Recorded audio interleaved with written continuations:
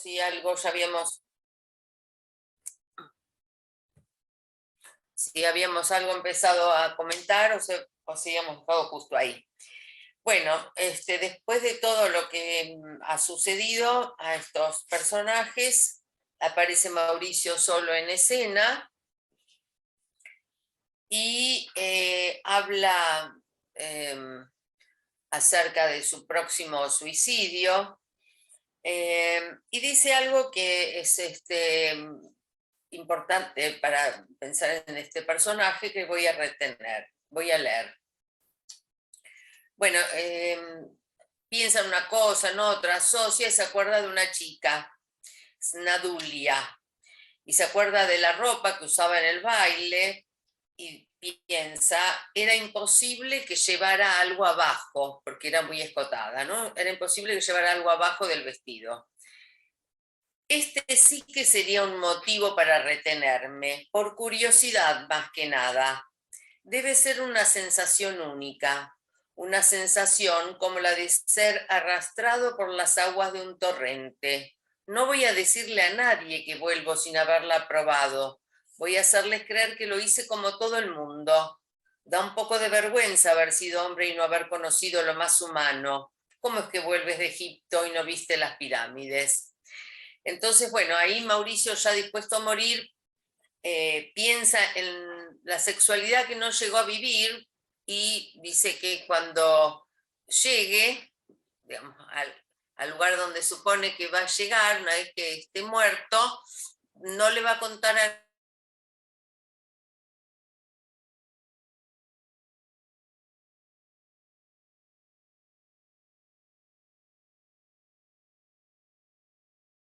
En ese momento aparece una chica que se llama Ilse, una compañera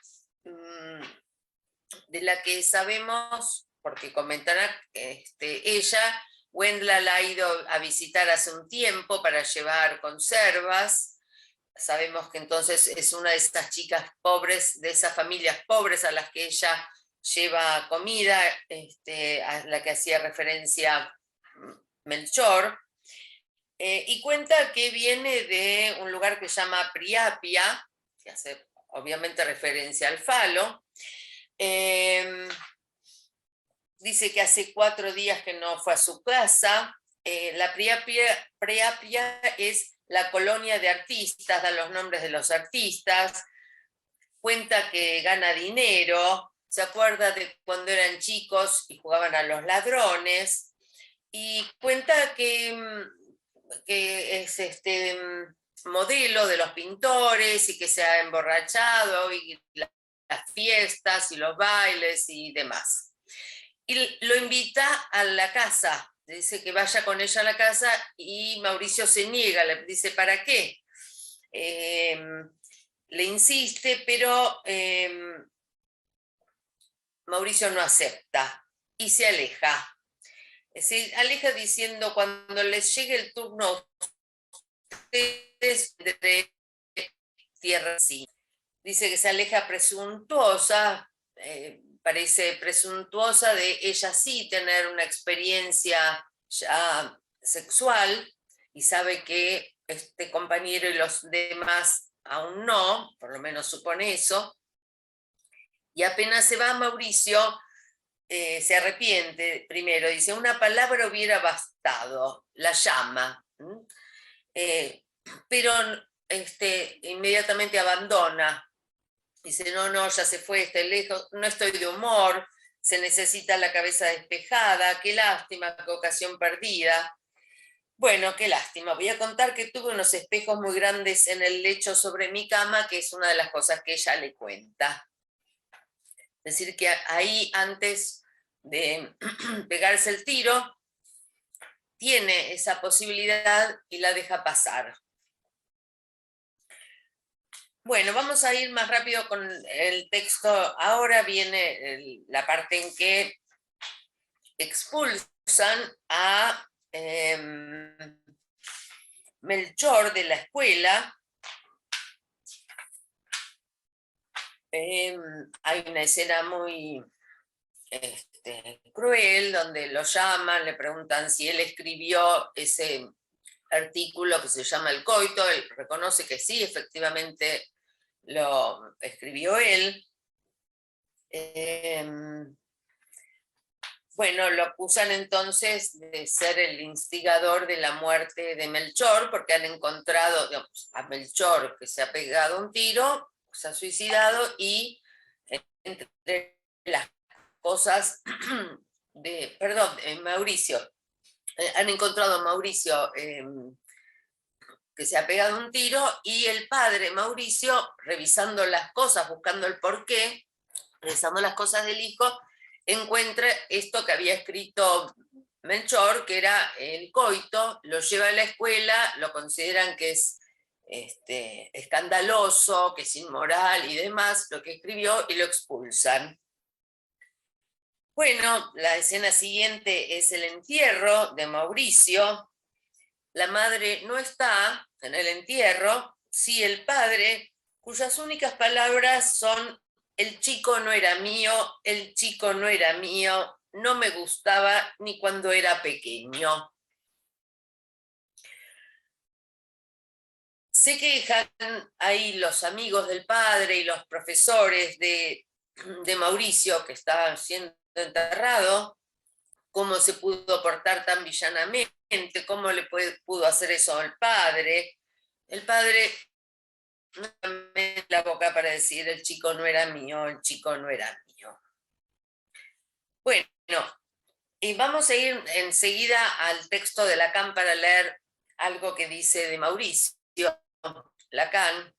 Me parece que acá, con los elementos que tenemos, podemos pensar algo acerca de este personaje Mauricio, de cierto rechazo del padre o cierta posición bastante complicada respecto de Mauricio. No aparece llorando en el entierro, sino diciendo: esto no era mío, no soy su padre.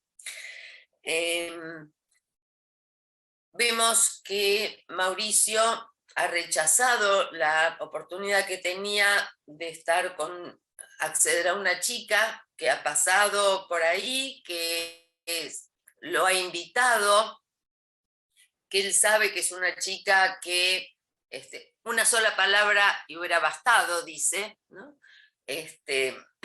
La deja pasar. No se animaba a leer el escrito, perdón, no se animaba a escuchar la explicación de Melchor, en primer lugar. Que ahí Melchor le dice: pareces una señorita. No se animaba a escuchar, le pide que lo escriba y que ni siquiera se lo dé, que lo meta entre sus cuadernos, entre sus libros, porque así se le cae y lo encuentra. Es decir, no puede afrontar la cuestión de la sexualidad ni siquiera por la palabra con un par. No puede hablar de eso, lo dice así: yo no puedo hablar tranquilamente de los misterios de la reproducción.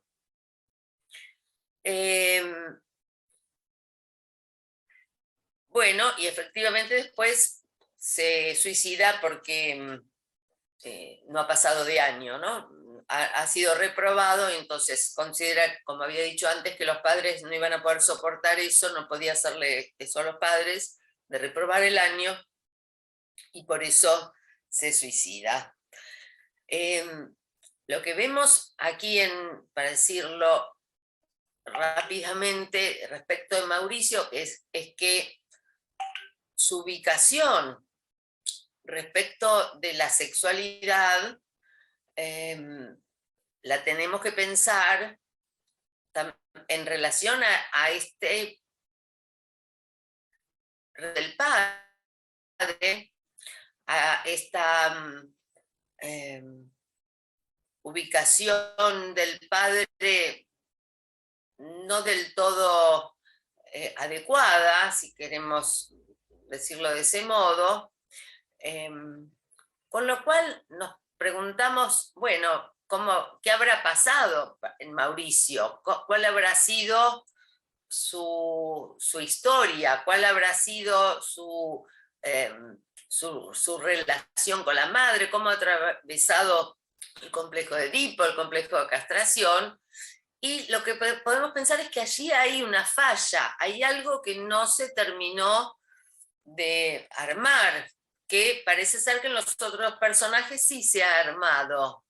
En Mauricio, alguna cuestión respecto de la significación fálica no se ha constituido, hay una falla allí respecto de la significación fálica que lo va a dejar ubicado en un lugar diferente del lugar que tienen los demás varones. Lacan va a decir que queda ubicado en el lugar de la excepción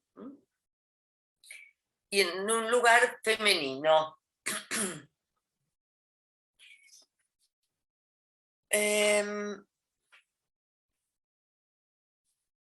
Bueno, finalmente Melchor es enviado al reformatorio. La madre primero se niega a mandarlo al reformatorio con esta cuestión del suicidio de Mauricio, lo defiende, pero el padre de Melchor le cuenta que ha recibido a una mujer enloquecida, dice casi privada del habla, que traía una carta en la mano que decía que una carta que abrió y que leyó, en la que Melchor le decía a su hija, Wendla, la hija de esta mujer, que no estaba conforme con el modo en que se había comportado con ella y que se iba a hacer cargo de todo lo que sucediera y que él ya se está ocupando de conseguir ayuda y que podrían llegar a ser felices con esto que era una falta en el pasado, pero podía llevarlos a la felicidad. Con lo cual la madre, al enterarse de esto y saber que, bueno, lo sucedido con Wendla, acepta que lo envíen al reformatorio. Y del reformatorio Melchor se escapa y camina hacia el cementerio. Antes de que llegue al cementerio, hay una escena donde aparece Wendla con su madre, también su hermana, está en cama, se siente mal, tiene vómitos, la madre dice que tiene anemia, ella dice que tiene hidropesía, es decir, que está hinchada, que se siente hinchada. Y finalmente la madre le dice que está embarazada, que no es que esté enferma, sino que está embarazada. Y Wendla le dice, pero ¿cómo es posible, mamá, si no estoy casada? La madre dice, bueno, eso es lo terrible, que no estés casada. ¿Qué hiciste? Y Wendla le responde, bien sabe Dios que lo ignoro. No he amado a nadie en este mundo, mamá, solo a ti. Ay, mamá, ¿por qué no me explicaste todo? Pregunta Wendla. Y después entra una mujer, la madre Schmidt, que le va a practicar un aborto, del cual no sale con vida a Wendla. Hay una pequeña escena de homosexualidad entre dos chicos. Uno es Hans, el que se había masturbado con las imágenes, con los cuadros, y otro es un tal Ernesto. Hay una escena que están en el campo y demás, bueno, jugando al principio hasta que se besan y se hablan de amor. Finalmente Melchor llega al cementerio y se encuentra con la tumba de Wendla. Y allí se entera que Wendla ha muerto, se acusa, dice que él la mató, y en eso aparece Mauricio, el fantasma de Mauricio, que se acerca saltando por encima de las tumbas con la cabeza bajo el brazo. Bueno, toda esta cuestión de la cabeza que se venía preparando desde el principio con el cuento de la reina sin cabeza y el rey con las dos cabezas, que bueno, esto que yo les decía hace un ratito sobre la falla en la significación fálica para Mauricio, también lo podemos leer en este cuento, ¿no? Donde, bueno, si bien uno lo puede leer como fálico castrado, él donde se ubica, ¿no? Esto le sirve a él para acercarse, no para acercarse, sino para imaginar algún encuentro con una chica. Le había dicho, en cada chica que ve a la reina sin cabeza. Bueno, finalmente se pega un tiro en la cabeza y se preguntan los chicos si es verdad que no tiene cabeza. Después Ilse, que es la última que lo vio con vida, cuenta que ella escuchó el disparo, volvió y le sacó la pistola, se la quedó ella, y que efectivamente él estaba sin cabeza, se había volado los sesos y estaba sin cabeza. Bueno, así que el fantasma aparece con la cabeza bajo el brazo y le habla a Mauricio. Bueno, después de la sorpresa de Mauricio de encontrarse con Melchor, el fantasma de Melchor, le pregunta cómo es la muerte, por qué no está durmiendo en su tumba. Le dice que no existe el dormir para los muertos que vagan. Y cuenta que estar muerto es algo así como maravilloso, porque son impasibles sobre el dolor y la alegría, que desprecian a los vivos, que se divierten, que se ríen ante sus tragedias, y lo invita a darle la mano para que pase al lado de los muertos. Le insiste varias veces que le dé la mano y Melchor, a pesar de tener estos dos muertos sobre sí, digamos, él lo dice, tengo uno en los pies y otro en la cabeza, creo que dice el peso de estas dos muertes, ¿no? Sobre él, se siente responsable de estas muertes. Pero de todas maneras no le da la mano a Mauricio. No le dice que sí ni que no. Y quiero leer un párrafo de algo que dice Mauricio. Melchor le pregunta, ¿son capaces de olvidar los muertos, no? Mauricio le dice, lo podemos todo, dame la mano. Vemos temblar al emperador al oír el canto de la masa y al harapiento al percibir el eco de las trompetas del juicio final.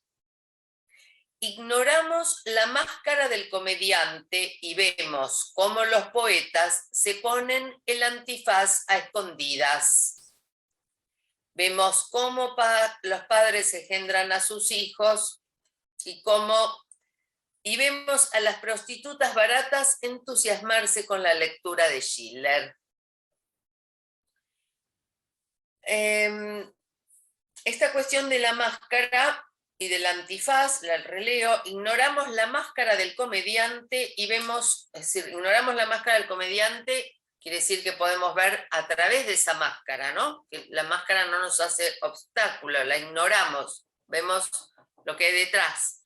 Y vemos cómo los poetas se ponen el antifaz a escondidas.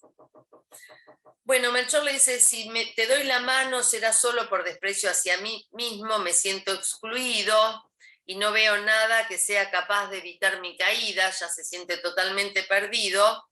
Mauricio le dice, ¿por qué titubeas? ¿No? En darle la mano. Y en ese momento entra un personaje que es el hombre enmascarado, a quien al principio habíamos subrayado en la dedicatoria, que era un personaje que después aparecería al final y que es muy importante. Recuerdo que la dedicatoria es al hombre enmascarado.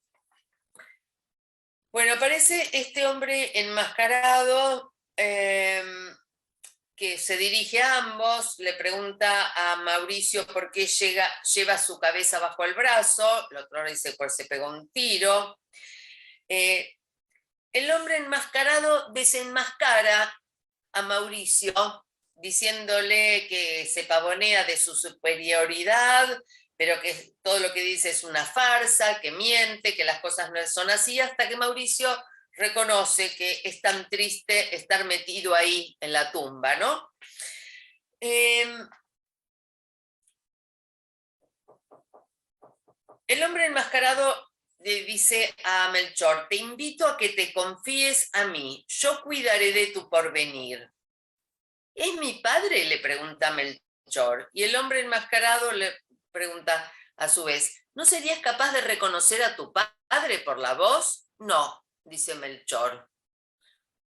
Cuestión también llamativa, ¿no?, que algo diría respecto de la relación de Melchor con el padre. Traigo ahora aquí, es una parte que hemos salteado, en la discusión entre los padres de Melchor, cuando el padre quiere mandarlo al reformatorio y la madre no, la conversación entre ellos comienza con el padre reprochándole de alguna manera a la madre que la educación que ella le ha dado, la crianza liberal, sin disciplina, inflexible, amorosa, ha llevado al chico a este punto, y a estas consecuencias. Y le dice, yo hasta aquí te he dejado criarlo como según tus criterios, pero ahora creo que se demostró que eso no servía y tengo que intervenir. Es decir, que fue un padre silencioso, mudo tal vez, ¿no? Alguien que dice, yo te dejé hasta acá, hasta los 14 años, a la madre, criarlo vos. Por eso me parece que no, que no reconocería la voz del padre, hace referencia a esto, que el padre poco y nada hablaba respecto a él.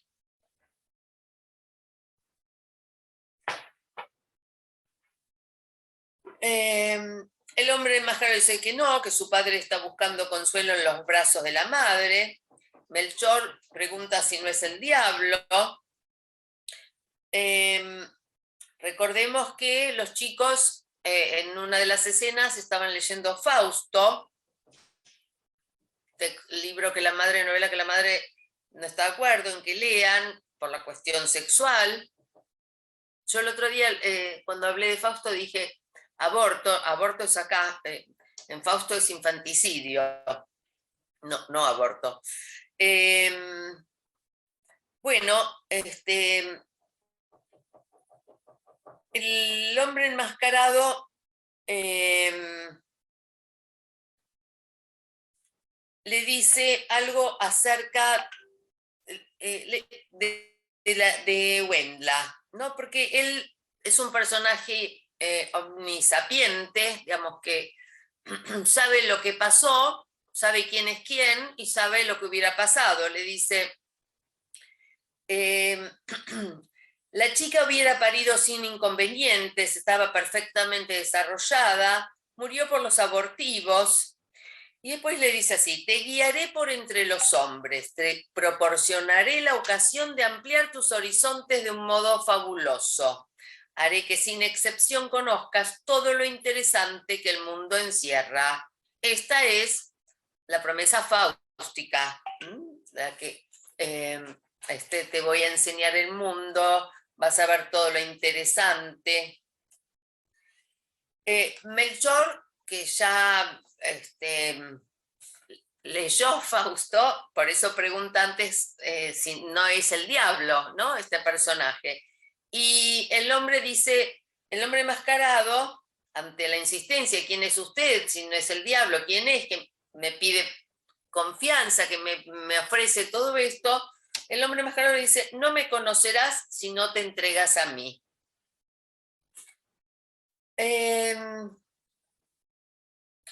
Melchor lo amenaza, si no me dice quién es, le doy la mano a Mauricio.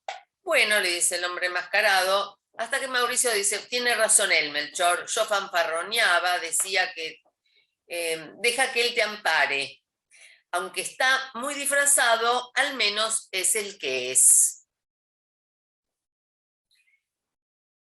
El que es el que es una referencia a Dios, ¿no? Entonces Melchor le pregunta, ¿cree usted en Dios? Al hombre enmascarado, depende. Y le hace una serie de preguntas sobre así de información, quién inventó la pólvora, después qué piensa sobre la moral, y da una definición de moral. Y Mauricio dice, mi moral me ha llevado a la muerte. Por causa de mis queridos padres tomé el arma asesina. Lo que él honró fue, lo que él, el precepto moral dice, que lo lleva a la muerte, es honra a tu padre y a tu madre. El hombre enmascarado le responde, no se entregue usted a ningún género de ilusiones. Ellos se hubieran enojado y gritado tan solo para desahogarse un poco. No te hagas ilusiones de que eras eso que vos creías que eras para tus padres. No se hubieran vuelto locos, ni se habrían matado.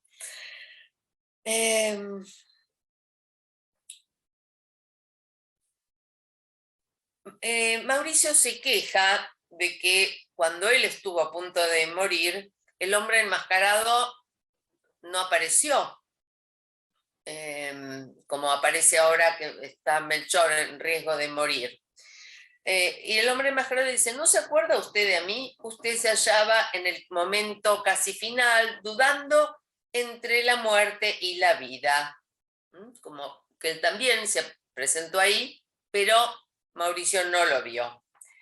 Y Melchor finalmente se va con el hombre enmascarado, dice, no sé dónde me lleva este hombre, pero es un hombre. Y se va con Melchor entonces. Una cuestión que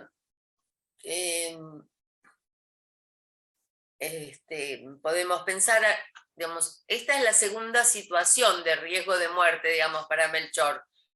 La vez pasada habíamos hablado de esa situación en que él casi se ahoga y que lo hace cambiar a él de posición respecto a algunas cuestiones morales, ¿no? Como el tema del pudor, pero bueno, la cuestión moral en general. Antes de ir al texto de Lacan, quiero hacer algunos comentarios del hombre enmascarado, acerca del hombre enmascarado. Tenemos la dedicatoria, tenemos que en la primera puesta en escena de esta obra, Wedekind, que era el director de la obra, aparte del autor, él mismo hizo el personaje del hombre enmascarado. Él subió a escena como el hombre enmascarado. Releo esto que dice Mauricio cuando él se ufana de todo lo que puede ver desde la muerte. Ignoramos la máscara del comediante y vemos cómo los poetas se ponen el antifaz a escondidas. Acá está diciéndonos algo acerca de esa situación, digamos, que efectivamente sucedió en la puesta en escena. Podemos pensar, aunque no se refiere a esto, ¿no? Ve detrás de esa máscara del hombre enmascarado al autor, digamos, y al poeta que se pone del antifaz a escondidas para subir a escena. Esta cuestión a mí me parece que es una buena metáfora para entender algo de lo que significa este personaje del hombre enmascarado, que vamos a ver que Lacan lo toma y le da mucha importancia. Es un personaje que viene de otro lado, podemos decir. Tanto si leemos el texto, no se sabe quién es omnisapiente, se presentó en alguna situación que el otro no lo vio, digamos, es un personaje diferente de todos los demás. Hasta en la escena del cementerio es un drama realista. Recién en el cementerio aparece el muchacho muerto con la cabeza debajo del brazo y este otro personaje que ya tampoco es realista, el hombre enmascarado, ninguno de los dos. Es decir, ahí hay un corte en el drama en relación a la relación a la realidad, digamos, ¿no? Que está acentuado con esta cuestión de la aparición del hombre enmascarado.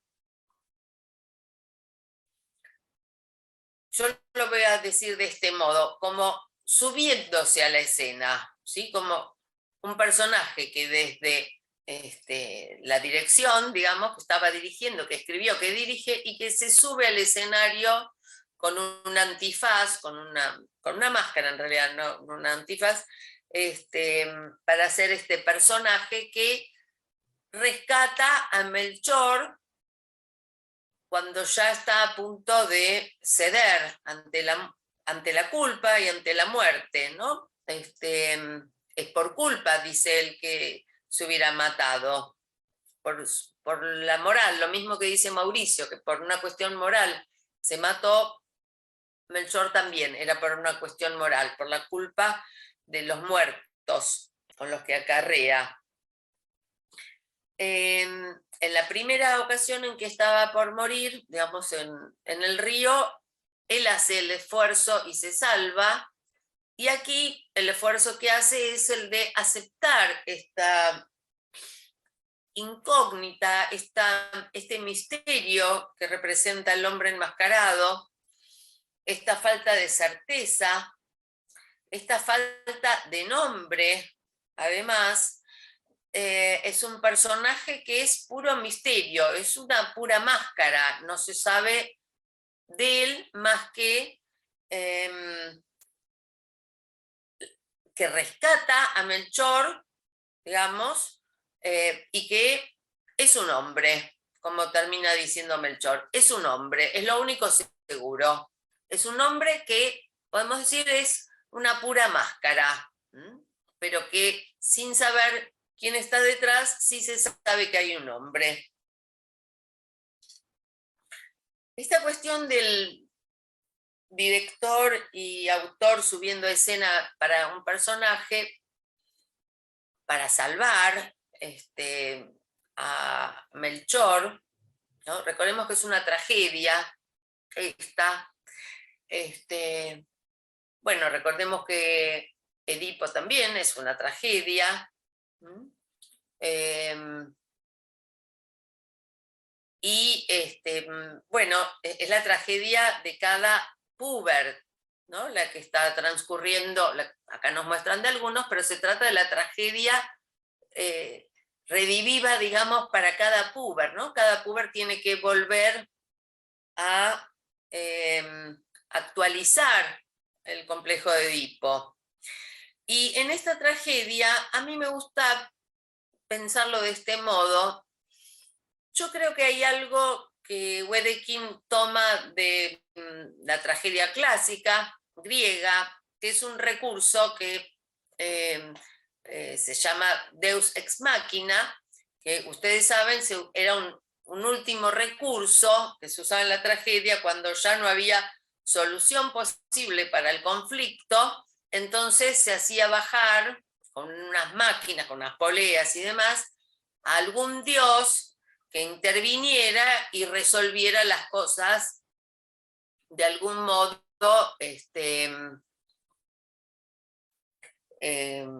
posible.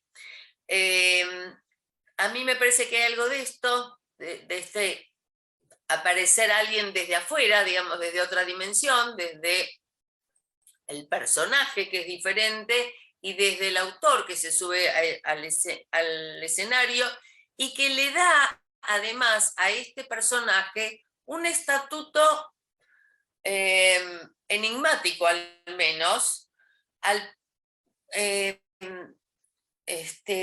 ponerlo como objeto de la dedicatoria de esta tragedia, ¿no? Digamos, la idea de un texto que está dedicado a un personaje es de por sí ya bastante compleja, digamos, es algo que se sale de quiénes están arriba del escenario y quiénes están abajo, de cuál es la realidad, ¿no?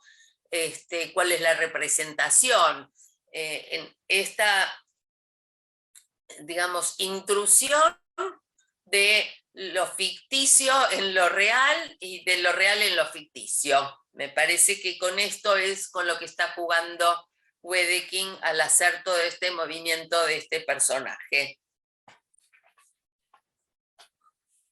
Bueno, y vayamos al texto de Lacan, al prefacio al despertar de la primavera.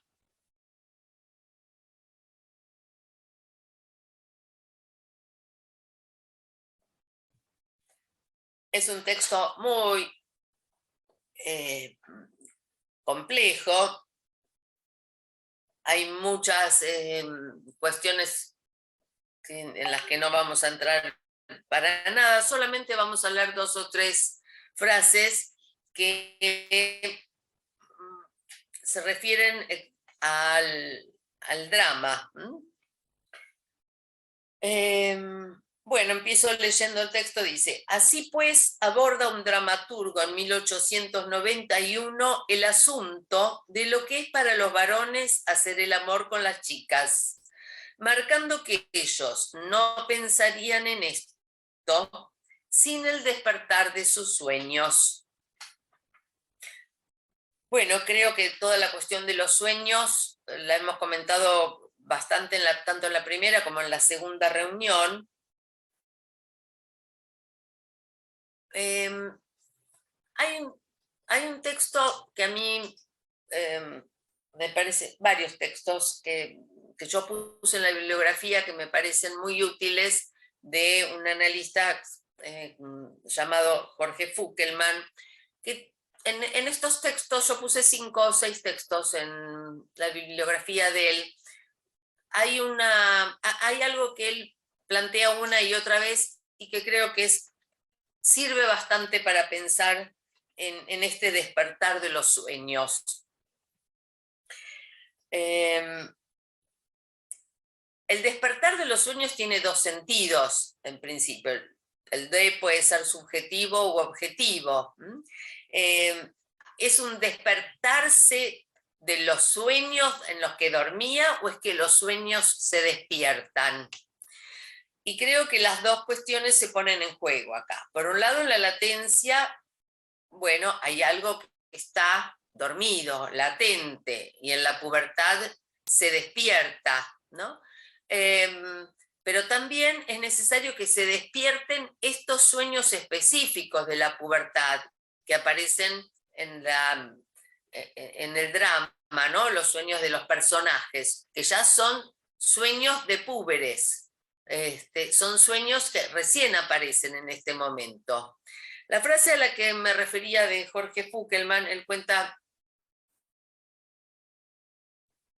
que en un libro de chistes judíos encuentra que alguien dice kreplach, que es una comida, kreplach en sueños no son kreplach, son sueños. Entonces Fuckelman dice: la pubertad es el momento en que los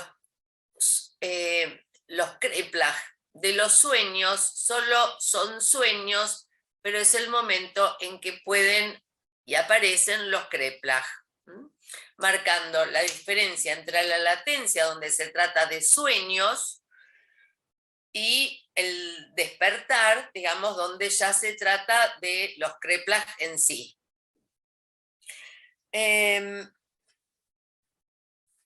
Estos sueños que nosotros hemos comentado de Wendla y de Melchor, ya son sueños que traen consecuencias, ¿no? Que permiten afrontar al otro sexo, al otro cuerpo.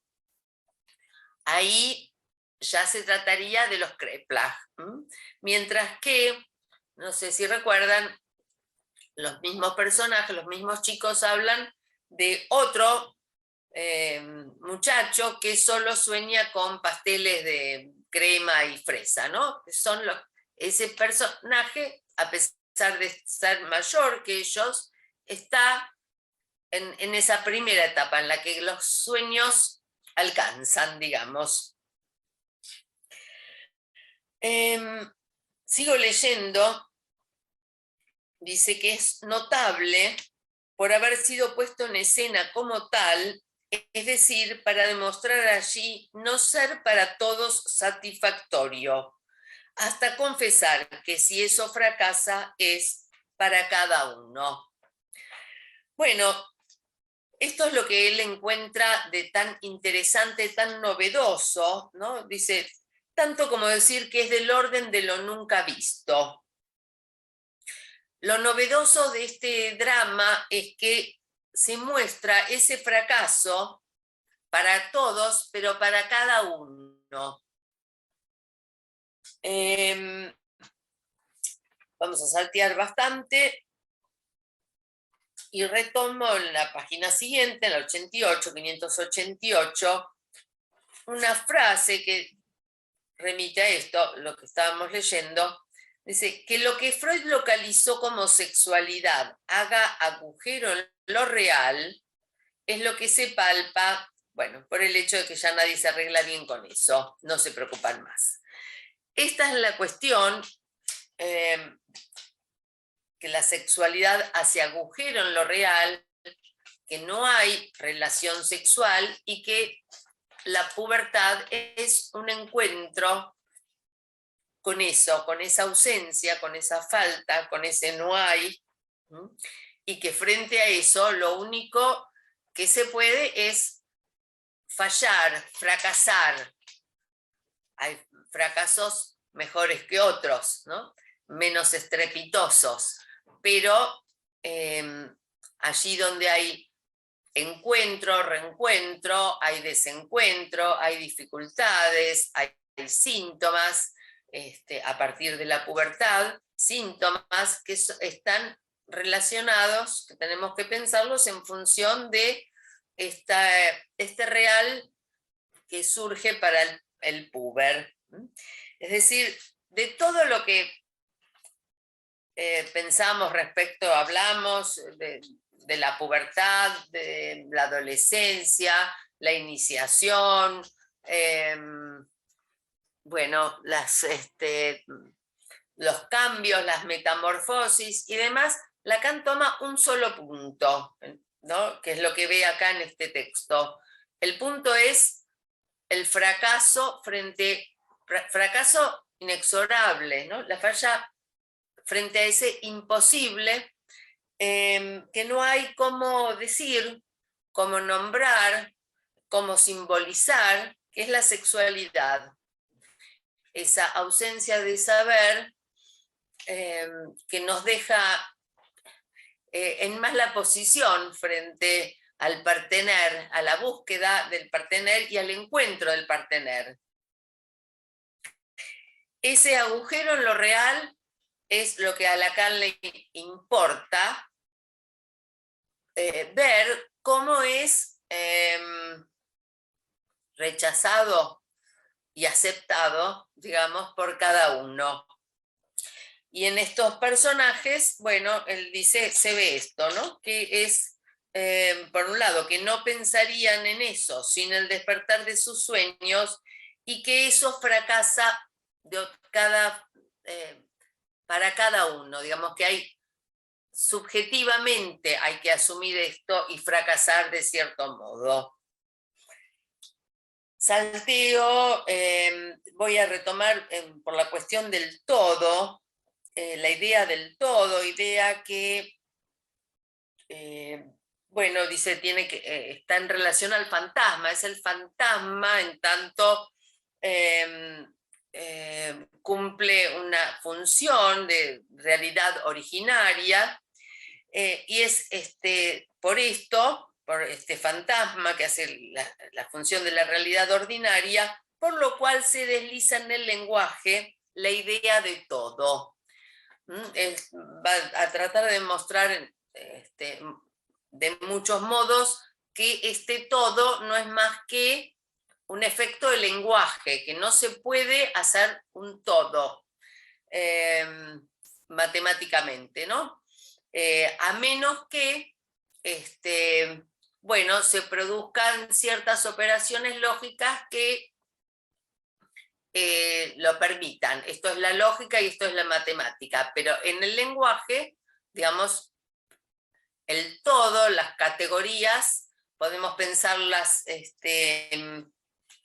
al modo de Borges, ¿no? De las clasificaciones de los animales, que a su modo muestra lo inexistente de estos todos, ¿no? Los animales salvajes, los animales del emperador, los animales que están pintados con pincel finito y demás, digamos, que muestra que las clases y las clasificaciones son ilógicas, al menos. Bueno, entonces, a partir de esta cuestión del todo,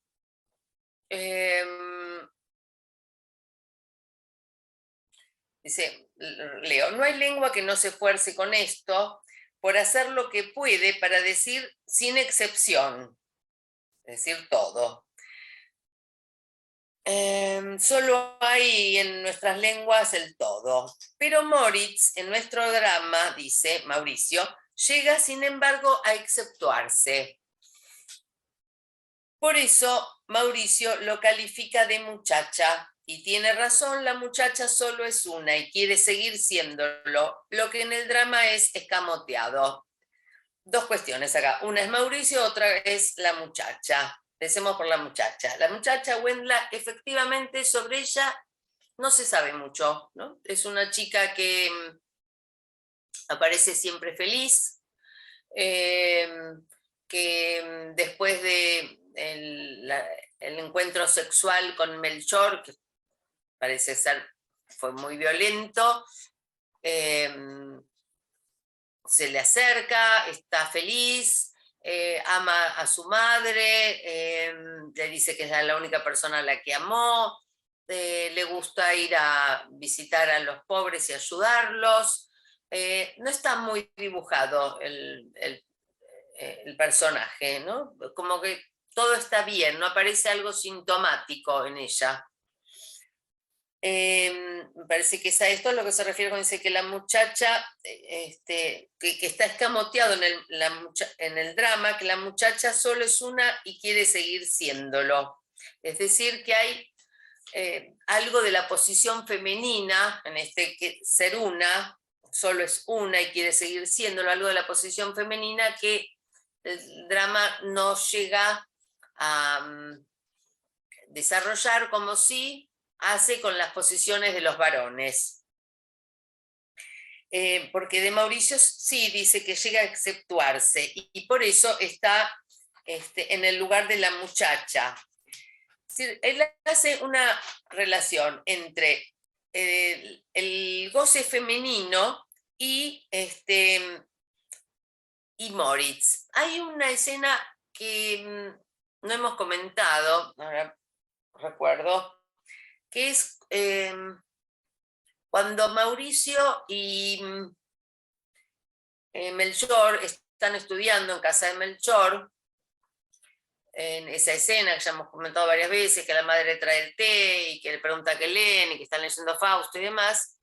Cuando la madre se retira y hablan del escrito ese, el coito y pene y vagina, si son tan importantes en el mundo que pareciera que para algunos es lo único que importa y demás, y entonces habla Mauricio del goce sexual y dice que digamos, es un personaje que va a morir, ya lo hemos dicho, va a morir sin haber tenido ninguna experiencia sexual, pero en ese encuentro con Melchor habla del goce sexual de la mujer como siendo muy superior al del hombre, de alguna manera idealizando ese goce femenino y finalmente identificándose a ese goce femenino idealizado, y es en esa posición femenina, dice Lacan, ¿no? que se ubica Mauricio como excepción. Esta cuestión de la excepción hace referencia a las fórmulas de la sexuación. Es decir, en lugar de la excepción, ahí se ubica Mauricio y se ubica femeninamente. Sigo leyendo. Queda el hecho de que un hombre se hace el hombre por situarse como uno entre otros, por incluirse entre sus semejantes. Es decir, la posición del hombre masculina es la de ser uno entre otros. Los hermanos de la horda, digamos. La excepción es el padre. El padre es el que ninguno va a poder ser. Después del asesinato del padre, los hermanos son todos iguales. Ninguno tiene acceso a la madre, a las mujeres. Todos quedan siendo uno entre otros. Ahí es donde se ubica el hombre para Lacan, ¿no? En esta posición de uno entre otros, como los hermanos. Son todos iguales en ese sentido, son todos unos. Ninguno es el padre, ninguno puede ser el padre. Pero Mauricio dice, al exceptuarse de eso, se excluye en el más allá. Solo allí se cuenta entre los muertos, en tanto que excluidos de lo real. Bueno, y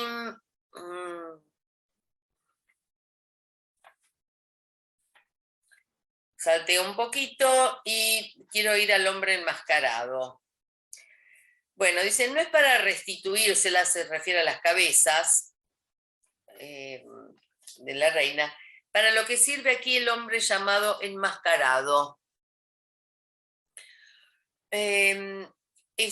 Que concluye el drama, y no solamente por el papel que Wedekind le reserva de salvar a Melchor de las redes de Mauricio, sino por el hecho de que Wedekind le dedica su ficción, considerada como nombre propio. Leo allí, dice, salte un poquito. Entre los nombres del padre, aquí quería ir, está el del hombre enmascarado.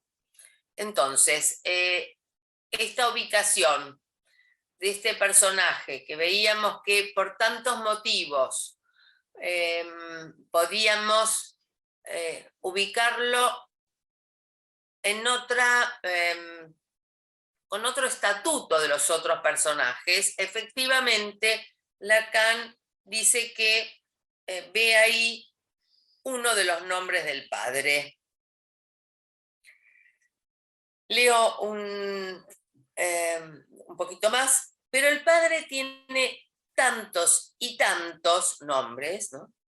Que no hay uno que le convenga, sino el nombre de nombre de nombre. No nombre que sea su nombre propio, sino el nombre como existencia, es decir, el semblante por excelencia, y el hombre enmascarado no lo dice nada mal.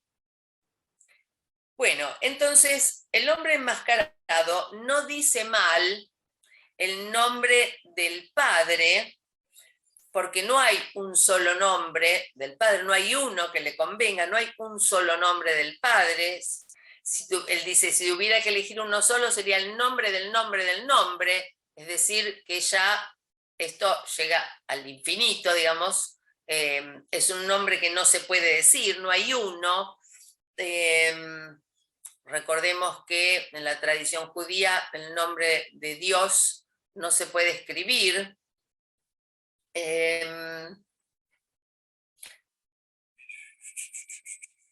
No hay nombre no tiene un nombre propio, sino que es el nombre como existencia, es decir, la existencia del nombre, ¿sí? No de algo en la realidad, es la existencia del nombre lo que hace valer al nombre del Padre. Es el semblante por excelencia. El semblante no es algo engañoso, el semblante es la articulación de lo imaginario y lo simbólico que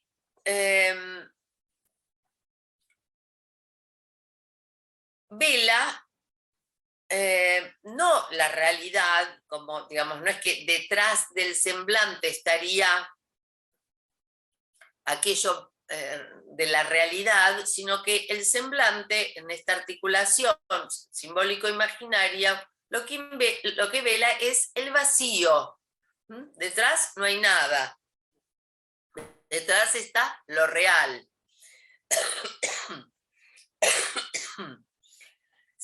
Muy mal dicho, detrás está lo real, pero bueno, hace referencia a lo real, al hueco, al vacío. Dice, ¿cómo saber lo que es si está enmascarado? Y acá el actor, ¿no lleva acaso máscara de mujer?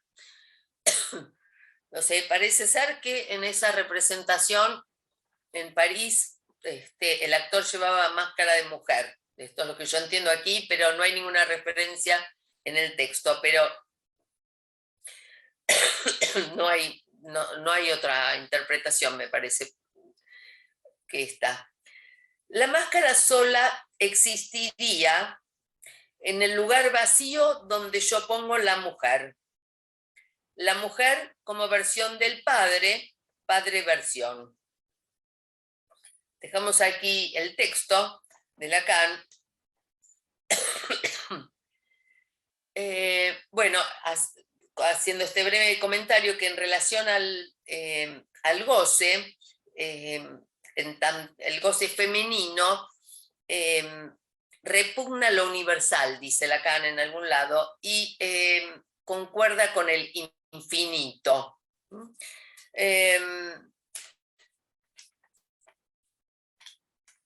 Por eso el nombre del padre lo articula al lugar de la mujer, finalmente.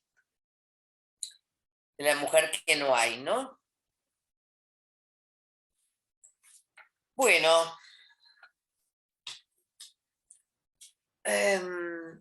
hasta aquí mi lectura de El despertar de la primavera. Quedan muchas cuestiones. Me gustaría hacer un comentario y dar lugar a los comentarios, preguntas de ustedes. Bueno, respecto a la bibliografía, no sé si estaban todos ya, les va a llegar por mail y por el WhatsApp. Y yo les quería hacer un breve comentario sobre la bibliografía.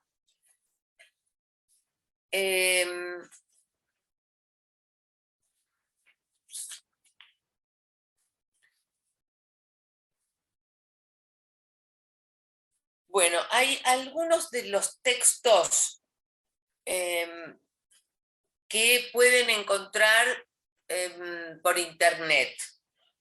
Yo en algunos casos puse,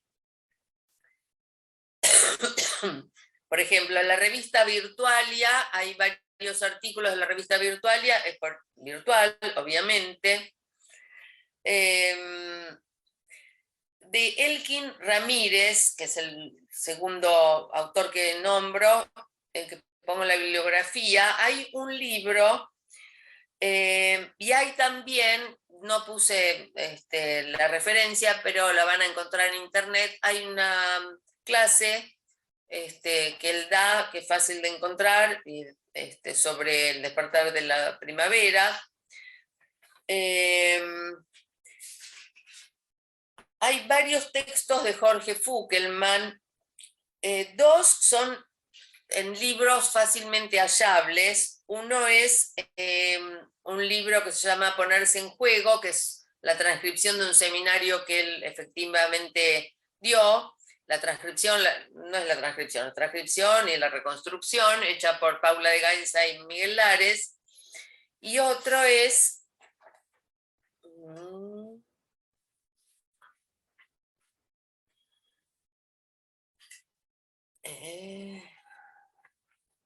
Conversaciones con Jorge Fukelman, que es también un libro de entrevistas de Gainza y Lares. Ahí hay un capítulo que se llama La pubertad. Y después hay unos cuantos textos de Fukelman que yo ubiqué los lugares donde fueron publicados, menos uno que fue dado en el Hospital Español. Todos estos textos circulan, no están editados. Hay un, se llaman notas de lectura, que es unas fotocopias que circulan con las transcripciones de las clases de Fukelman. No se venden en ningún lado y circulan de un analista a otro analista. Es una cosa muy gorda, de muchos, no sé, como 400, 500 páginas, donde hay muchos artículos. Posiblemente ustedes hayan visto en la facultad o en los posgrados algunos. Allí es donde es más sencillo para el que tiene acceso a ese mamotreto encontrarlo. Si no, yo les he dado las coordenadas para que puedan encontrar por lo menos unos cuantos.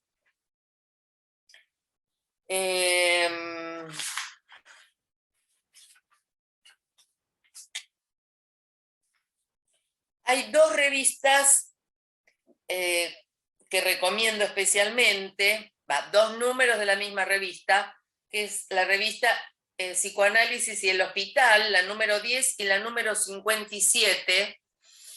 Yo las he puesto así porque eran muchos artículos de cada una para no hacer una bibliografía tan larga. En esas dos revistas hay muchos textos sobre la pubertad y sobre la adolescencia. No los cité, pero bueno, los más interesantes, si no me falla la memoria: Pujó, Silvina Gamsi, Fukelman, Elena Lacombe y varios otros que ahora no tengo en mente. Hay unos cuantos artículos interesantes allí que no cité para que no sea tanto. Y después hay, bueno, 3 textos de Miller.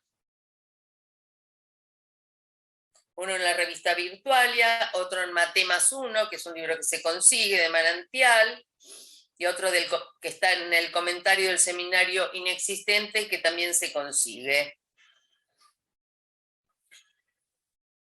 En el texto del comentario del seminario Inexistente hay una explicación punto por punto, palabra por palabra, de este párrafo de Lacan que hemos comentado rápidamente acerca de los nombres del padre, el nombre del nombre del nombre, el padre como semblante y demás. Es un estudio muy minucioso de ese párrafo.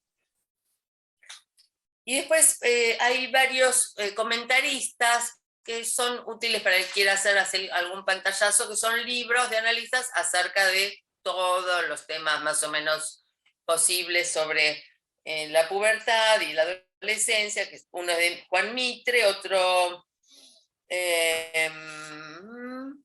bueno, hay compilaciones, Psicoanálisis con niños y adolescentes 4, y Púberes y adolescentes, lecturas lacanianas, también son de artículos de muchos autores.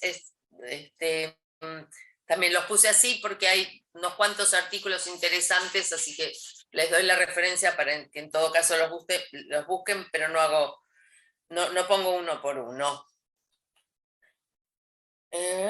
Bueno, por supuesto que si alguien en algún momento quiere hacerme alguna consulta bibliográfica, pueden hacerlo vía mail.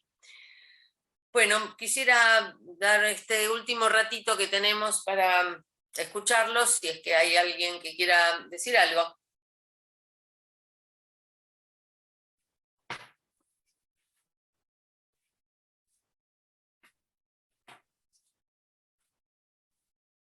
Yo en principio agradezco el haber compartido punto a punto así la lectura. No me siento con mucho para aportar, pero sí se me enriqueció muchísimo la posibilidad de comprensión y de adentrarme en el texto que me hubiera, digamos, nada, hubo bastante diferencia entre el texto que yo leía, sobre todo que el que se enriqueció después compartiéndolo acá. Eso, solo agradecer.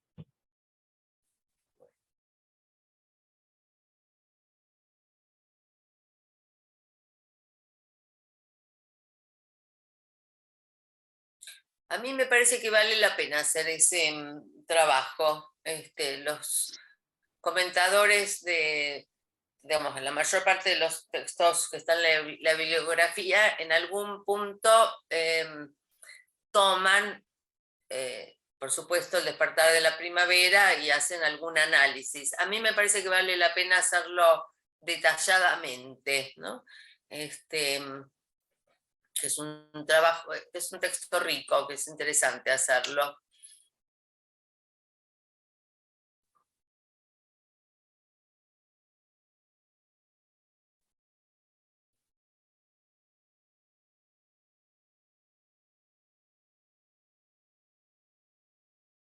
Hay Bueno, una colega que está levantando la mano ahí, Mónica 40. Sí, hola, sí, ahora vi, gracias. gracias. No, justamente gracias, quería agradecer justamente eso, ¿no? Eh, Minucioso trabajo, agradecerte esa transmisión y poder, bueno, estoy agradecida también de poder haber participado y escucharte, porque ha sido, digamos, muy esclarecedora, es muy interesante eh, justamente eso, ¿no? Toda la transmisión de este texto que a veces parece no, digamos, que no es tan importante, sin embargo, es, es muy enriquecedor el modo en que lo transmitiste y la cantidad de conceptos, ¿no? Fundamentales que tiene y que se trabajan a lo largo de todo el desarrollo teórico de Lacan. Así que bueno, eso quería agradecerte y bueno, nos queda por leer, hacer cierto recorrido todavía.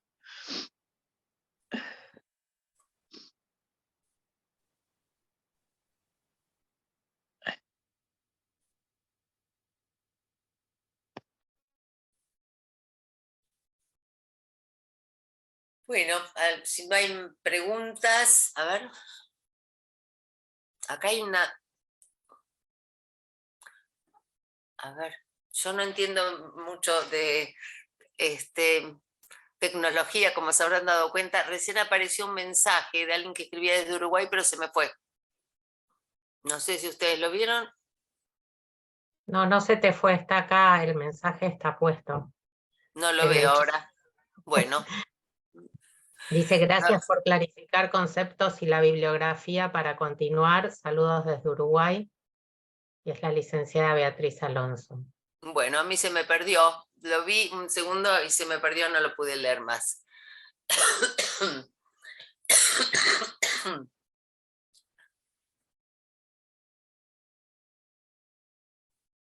Bueno, bueno, dejamos aquí entonces y gracias por estar ahí y por darme la oportunidad de hacer esta lectura más,